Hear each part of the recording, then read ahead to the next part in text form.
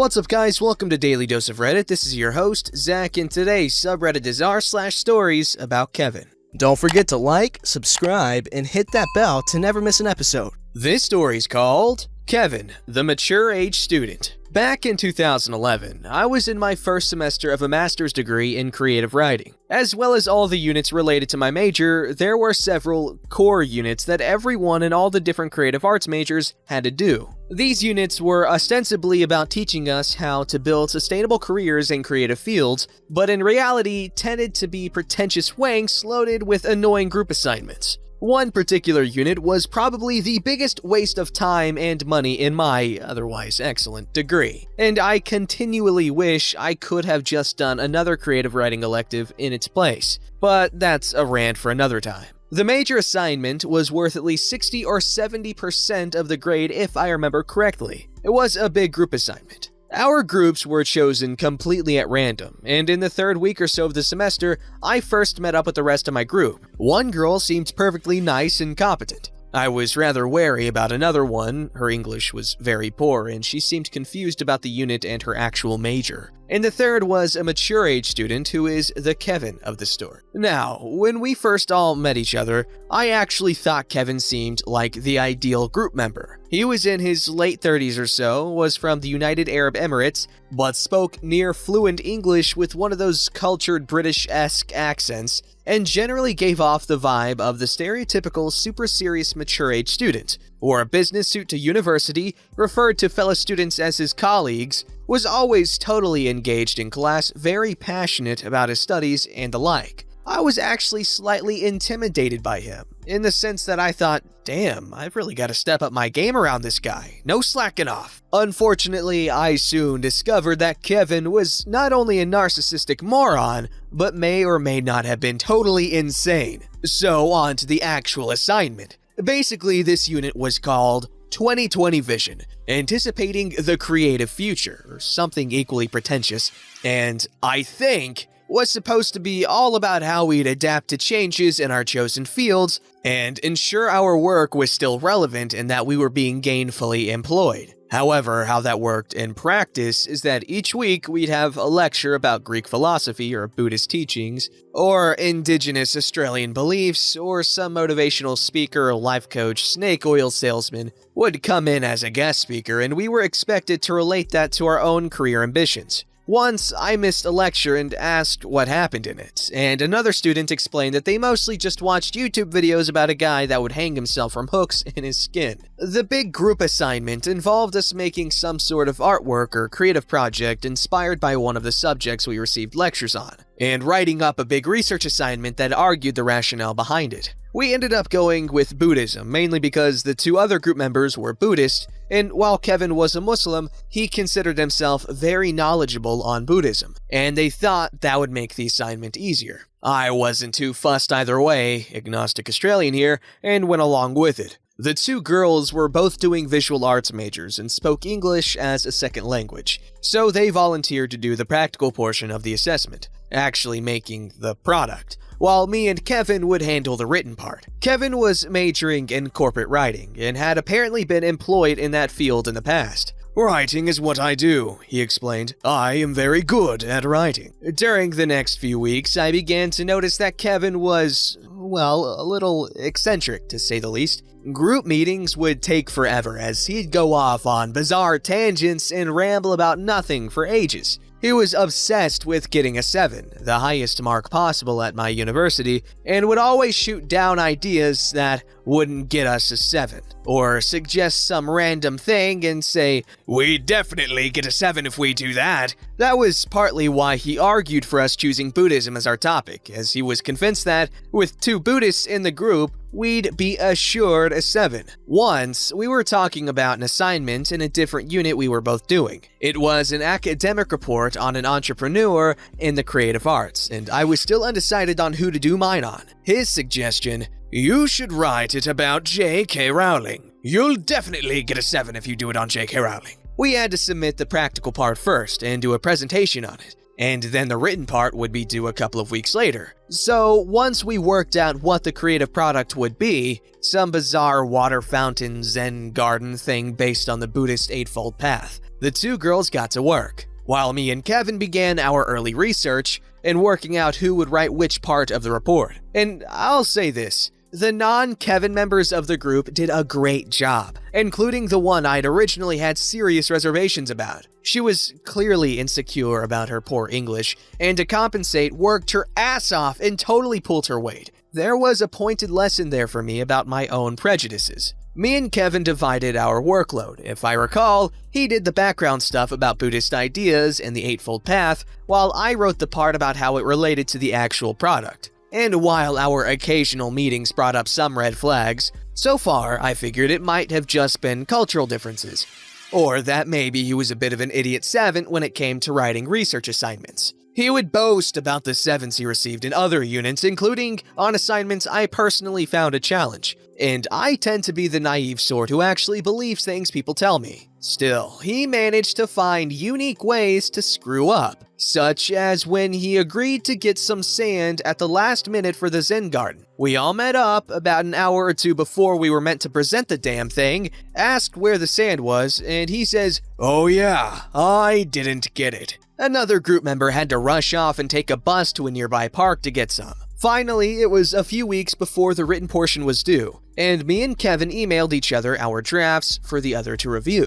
We had a meeting scheduled a few days later where we'd trade notes and work out how we'd combine our sections into a coherent whole. And it was when I read his draft that I learned just how good of a writer he was. Despite having almost completed a master's degree in corporate writing, Kevin had apparently never learned about paragraphs. The 3,000-plus word document was a single block of text, which frequently read like the ramblings of a madman. Most of it was just streams of consciousness going off on long tangents that were only barely related to the topic at hand. While he spoke near fluent English, he clearly didn't write in fluent English, and the whole thing was a mess of basic grammar and syntax errors. And he disliked commas and periods almost as much as he disliked paragraphs. He repeated himself endlessly and pointlessly. For example, every time he mentioned the Eightfold Path,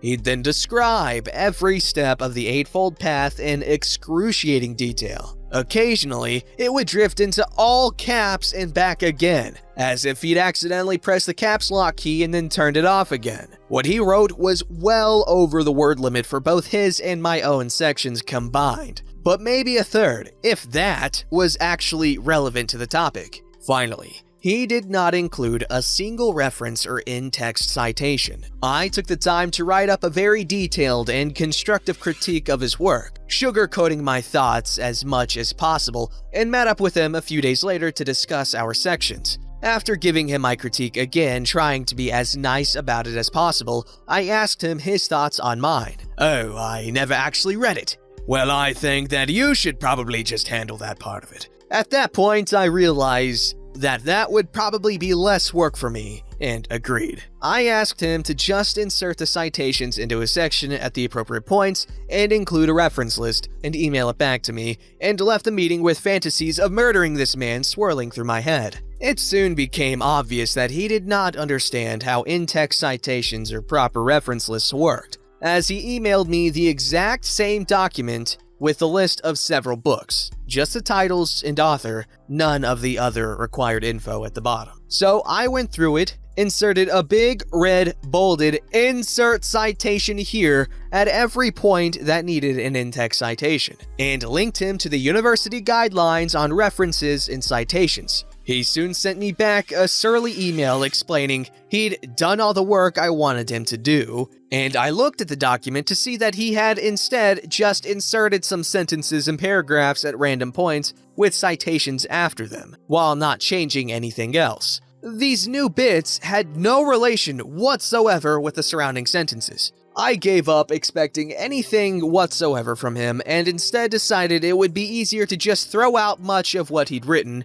salvage the few bits that had some worth, and write the rest of his section myself. As I got to work revising, I emailed the group with subsequent drafts to see if they had any thoughts. As I was removing a lot of Kevin's work, I felt I should at least keep him in the loop and give him a chance to object. Plus, I also wanted an email record in case I needed to prove just how the workload had ended up being distributed. He never had anything to say about my changes, and I'm almost certain he never read a single word of them. Which isn't to say he was silent. Oh, how I wish he was. No, instead, he inundated me with bizarre text messages about how much he hoped we'd get a 7 and various random thoughts he had about things I should add to the report. Once he texted me while I was at work asking me to respond to his email. I told him I was at work and that I would check it when I got home in a few hours and could get on the computer. 10 minutes later, he texted, "Have you read my email yet?" I explained yet again that I was at work and wouldn't be able to get onto my computer for several hours. Half an hour later, "Please reply to my email." I can't even remember what the email was, but I do remember it definitely wasn't anything that required an urgent reply or that could have just been texted to me. Finally, after a couple of weeks of busting my arse on this goddamn report, it was almost time to submit. Along with the report, we each had to write a short essay where we basically explained what we contributed to the assignment. This was what our lecturers would use to weight our individual grades. I was the one who would be submitting the combined document. I believe Kevin actually did offer to do this, but by that point, I wouldn't have trusted him to wipe his own arse without causing several deaths. And so everyone had to email their individual essays to me. Needless to say, I was very cautious to see what Kevin wrote. His essay was absolute madness. He did not even mention the assignment. As far as I could understand that rambling, barely coherent mess, he was describing a hypothetical situation where he got sent to prison and how he'd use the Buddhist Eightfold Path to cope with the situation. Instead of doing what I should have done and submitting it as is, I instead felt bad for the idiots and emailed him back, saying something like, "Hey, so the purpose of that essay is to actually explain your contributions to the assignment and your thought process and learning experiences as you worked on it." 10 minutes later, I received the following email. Paraphrased heavily, this was 8 years ago. "Okay, I did the changes you wanted me to do, but I'm very busy right now, and don't make me change it again." Attached was a new essay. It was still pretty crap, but at least relevant to the topic at hand. I should point out that my grade would not have been affected in the slightest by his essay. They only influenced our individual grades, not the group grade. I was just trying to be nice. My housemate, who had been receiving regular updates on this lunatic, begged me to accidentally submit his original essay instead of the revised version, but my conscience got the better of me. To this day, he still hasn't forgiven me for taking pity on Kevin. We got our grades back some weeks later, and I received a 6, which I was very happy with. I ran into Kevin once or twice around campus later on. He was, of course, rather miffed that he didn't get a 7, and informed me that he was preparing to start a PhD. He's probably a tenured professor by now. Ah, I see. I've seen this kind of thing before. He just needs a simple respec, okay? He put too many points in charisma, but not enough in intelligence, okay? It's simple. It's a simple fix. This story's called Kevin, the Anti-Semitic Teenage Meteorologist. I'm a 16-year-old high school junior telling this tale to you. Amazingly, I am 3 years Kevin's junior, but nonetheless, I tell you this bizarre tale, feeling as if I were his teacher or father. The place: a university summer academic program about weather. Everyone stays for a week in a university dorm and goes to classes about weather for a few hours and talks about climate change. It's essentially a convention and is very enjoyable for those of us who are passionate about climate science. Kevin was quite passionate, but was he talented? Oh hell no! What happened? On the evening everyone arrived at the university dorm where we would stay, Kevin showed up 2 hours late. The next morning, everyone was supposed to get up, eat breakfast, and walk to the classroom across the street. Kevin doesn't get up until 5 minutes to class, and we end up 30 minutes late because the teacher had to break in the door and drag him out of the shower. Kevin constantly asked ridiculous questions to guests.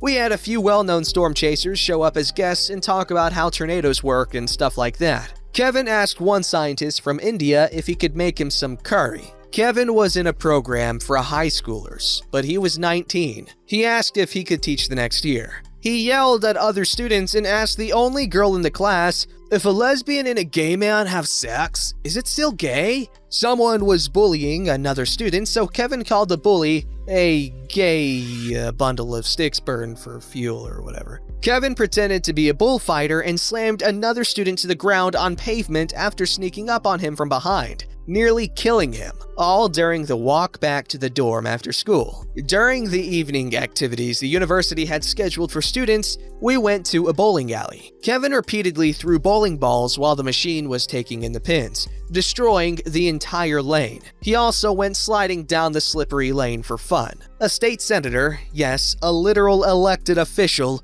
visited us to talk about climate change. This was a huge honor for him to come to our program. He even brought a Tesla Roadster to show us. The state senator makes a joke relevant to climate change. Kevin says, "While we're telling joke, here's a good one. My friends call me the perfect Jew because I can find money anywhere." Kevin finds out a kid is from a certain city and disparages his hometown as Meth City. There is one 76-year-old teacher teaching together with two students, college freshman and high school senior. They make Kevin eat lunch with the teachers because he can't be trusted. He proceeds to tell everybody he's a teacher. What does that sound like to you guys? Child neglect? Well, what's going on with this kid? He obviously has some deep desire for attention, because that's sad and ridiculous if it was because of a neglectful set of parents.